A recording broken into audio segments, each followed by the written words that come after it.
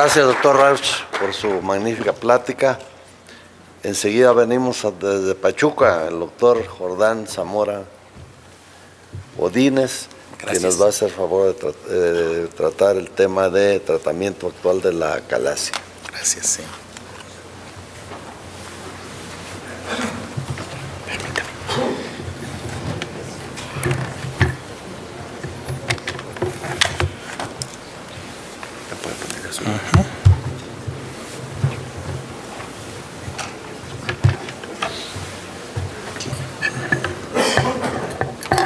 Yo traigo señalador. Ok, entonces este no lo va a ocupar. No.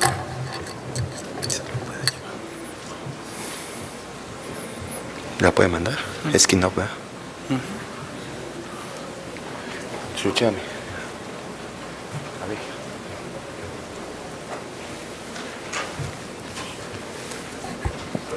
Gracias. Muy buenos días tengan todos ustedes.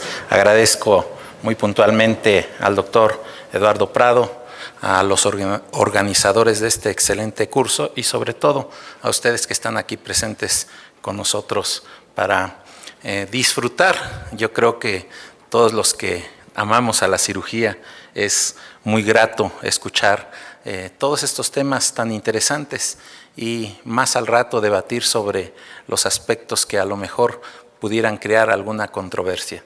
Es importante también señalar las cuestiones relacionadas con el aspecto del manejo actual en la acalasia y precisamente en relación al tema que nos trae en este momento, pues les comentaremos.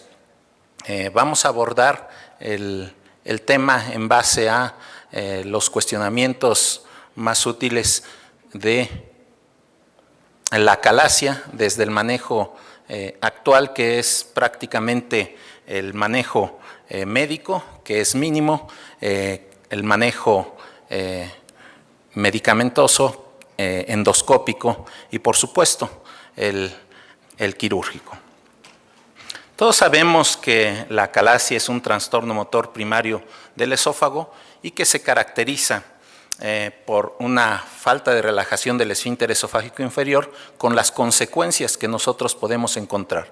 Obviamente que los pacientes pueden tener una alteración de tipo primaria o secundaria y generalmente esta es originada a diversas patologías como las neoplasias.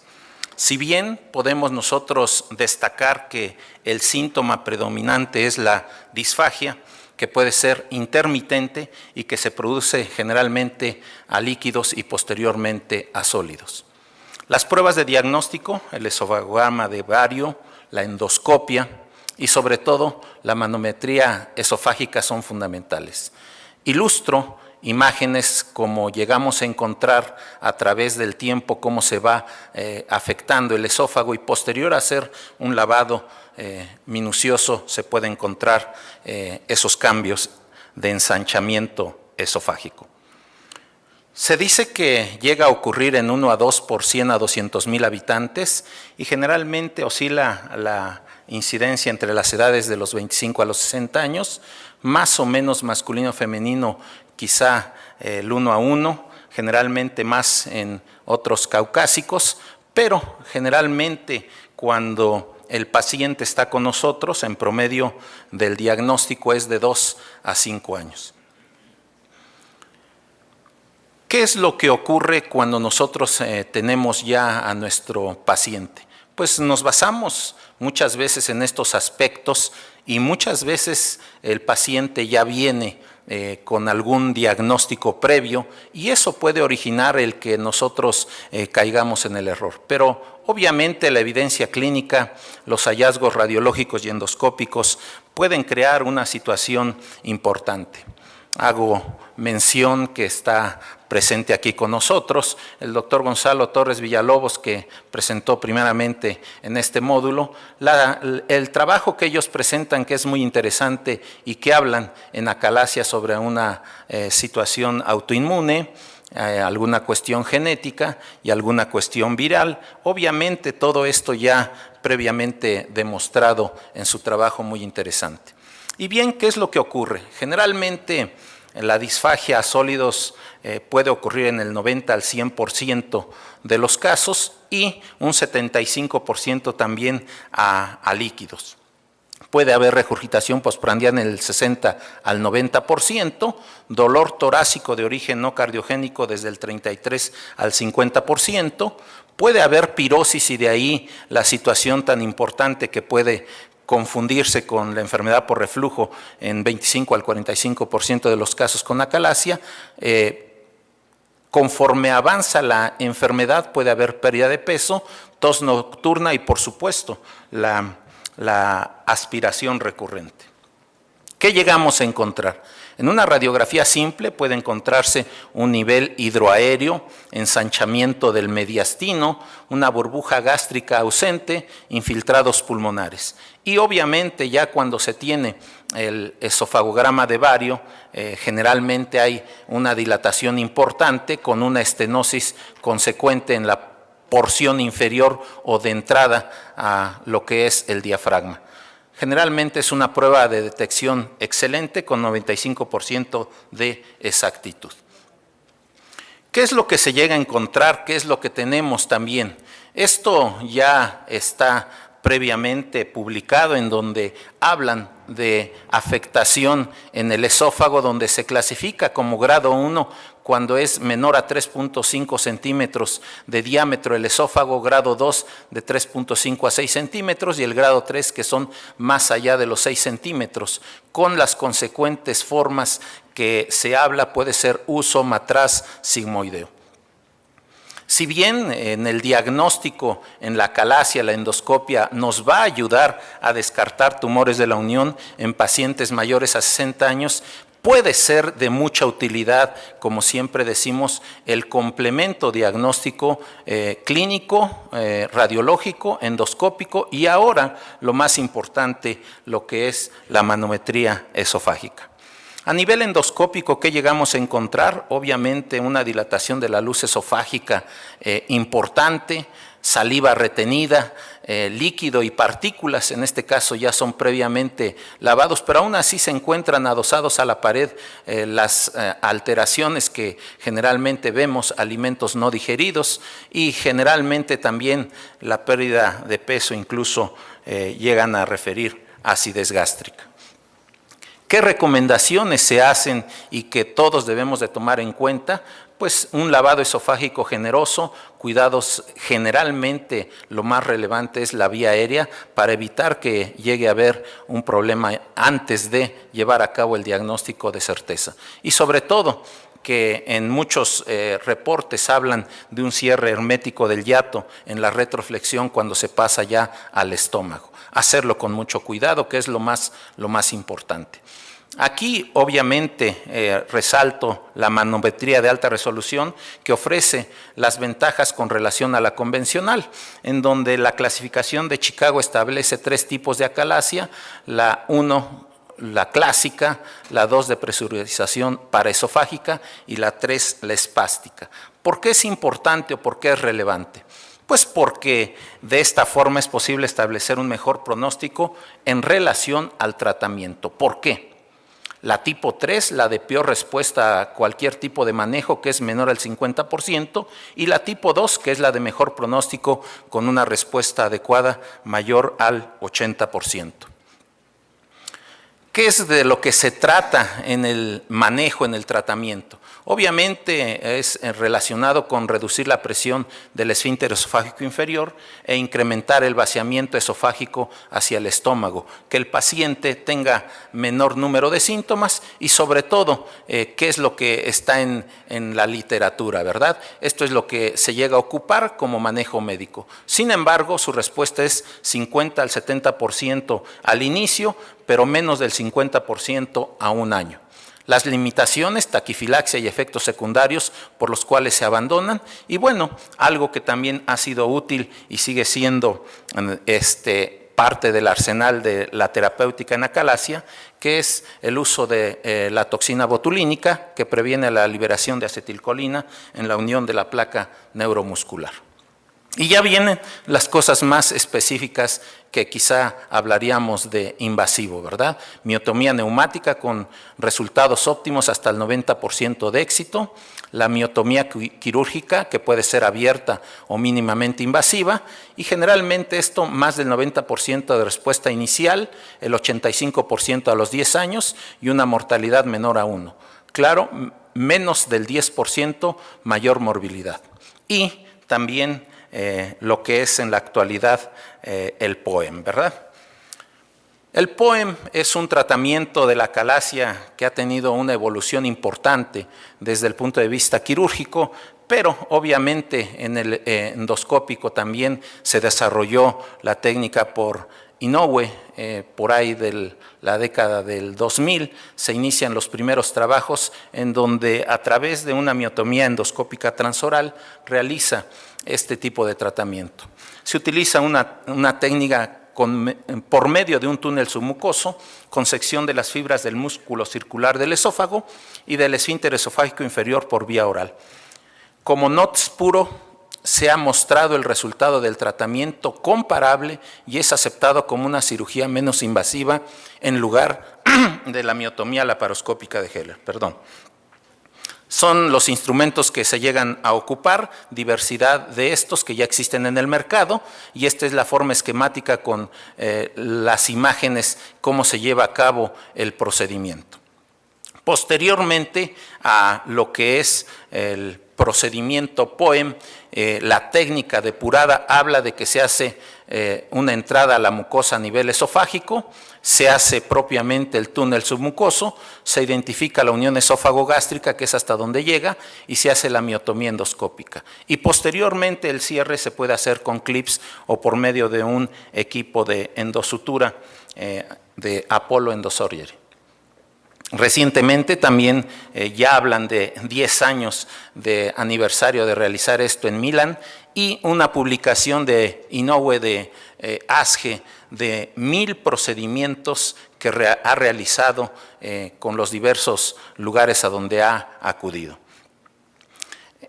Se ilustra cómo se lleva a cabo la técnica posterior a haber hecho el túnel, en donde se van rompiendo las fibras a través del túnel submucoso y posterior a este procedimiento se realiza la miotomía de las fibras, en este caso son las circulares las que se están cortando, y se utiliza gas en este procedimiento en donde uno sabe que el uso de la presión que se manda a través del equipo también implica cierto riesgo y que se ha visto con muy buenos ojos este procedimiento.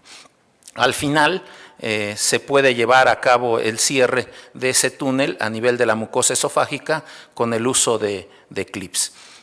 Si bien es una técnica muy depurada, se han visto ya algunos cambios. Esto fue presentado recientemente en agosto por Bin Muller en San Francisco y utiliza en 2 casos agua estéril a temperatura ambiente sin aditivos para la infusión. Como ustedes pueden ver, está nadando en solución y la bomba se controló con un pedal a un caudal de 25 centímetros cúbicos por minuto en vez de utilizar el gas como tal por las situaciones en donde implica ciertas condiciones de riesgo para el paciente.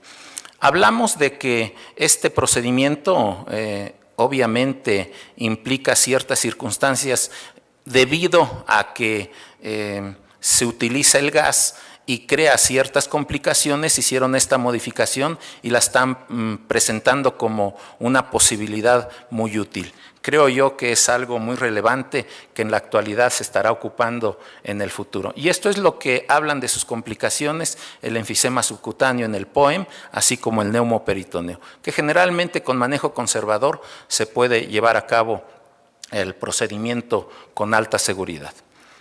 ¿Cuáles son las recomendaciones en la actualidad?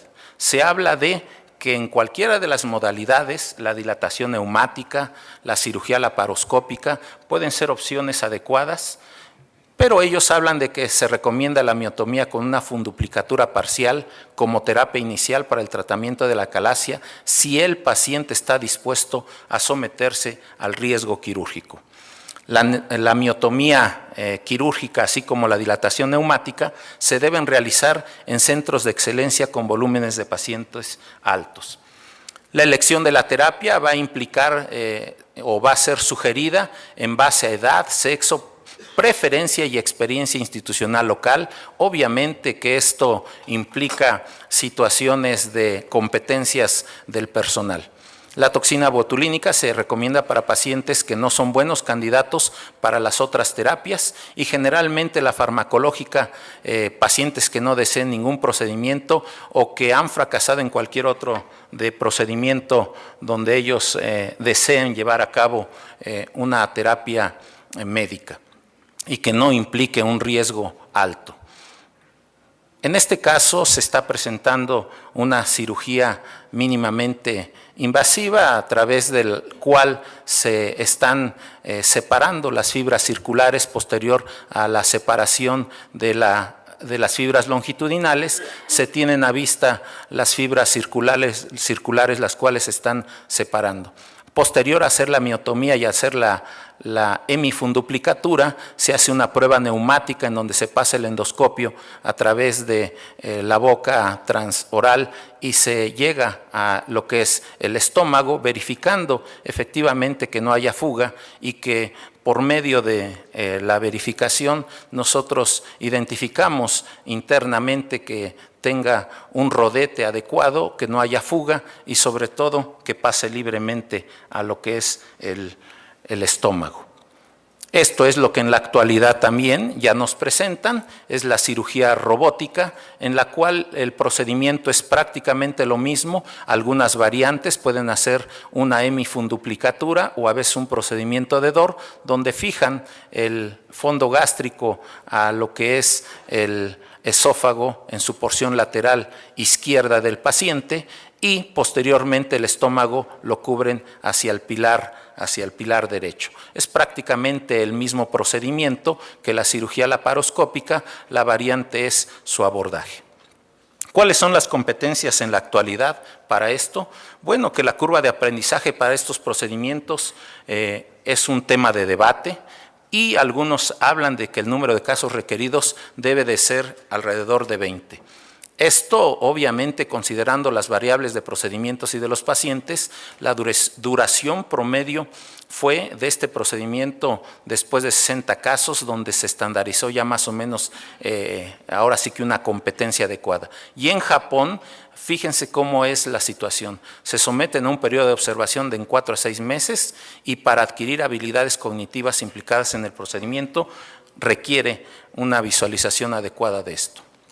¿Qué es lo que tenemos? Bueno, ya empezó a aparecer, aquí participa uno de nuestros compañeros y amigos, el doctor Felipe Samarripa Dorsey, donde hablan ya de un registro internacional multicéntrico del POEM después de un POEM fallido. Y ellos concluyen que la causa del fracaso clínico en la miotomía endoscópica aún no se entiende completamente, pero puede deberse a que sea una miotomía incompleta, una cicatrización submucosa de tratamientos previos, lo cuales implican alteración por haber usado toxina botulínica o la alteración de los resultados de la miotomía completa. Obviamente la cicatrización implica una situación importante. Y les recomiendo este artículo, es de mayo del 2017, en donde Lee Swanstrom habla en su editorial sobre un trabajo importante en donde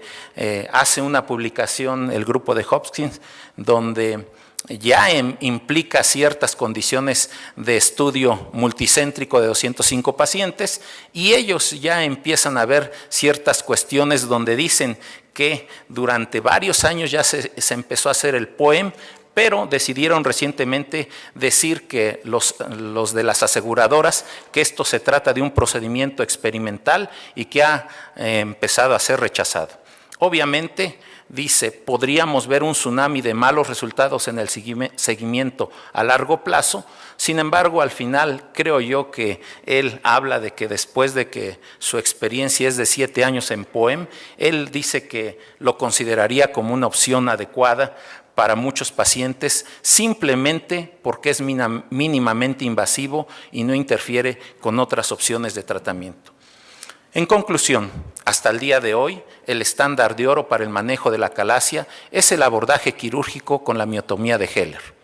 Los procedimientos endoscópicos como la inyección de toxina botulínica, las dilataciones neumáticas, ofrecen resultados buenos para aquellos pacientes que no son candidatos a tratamiento quirúrgico. Y con los avances de la tecnología endoscópica y la cirugía a través de orificios naturales, hoy en día se propone al POEM como la opción al cual el tiempo y la experiencia de los endoscopistas podrá compararse con resultados a la cirugía. Y finalmente, creo que esto es lo más importante, el POEM se perfila por algunos como la primera opción de tratamiento. Esperemos con el tiempo los resultados. Muchísimas gracias.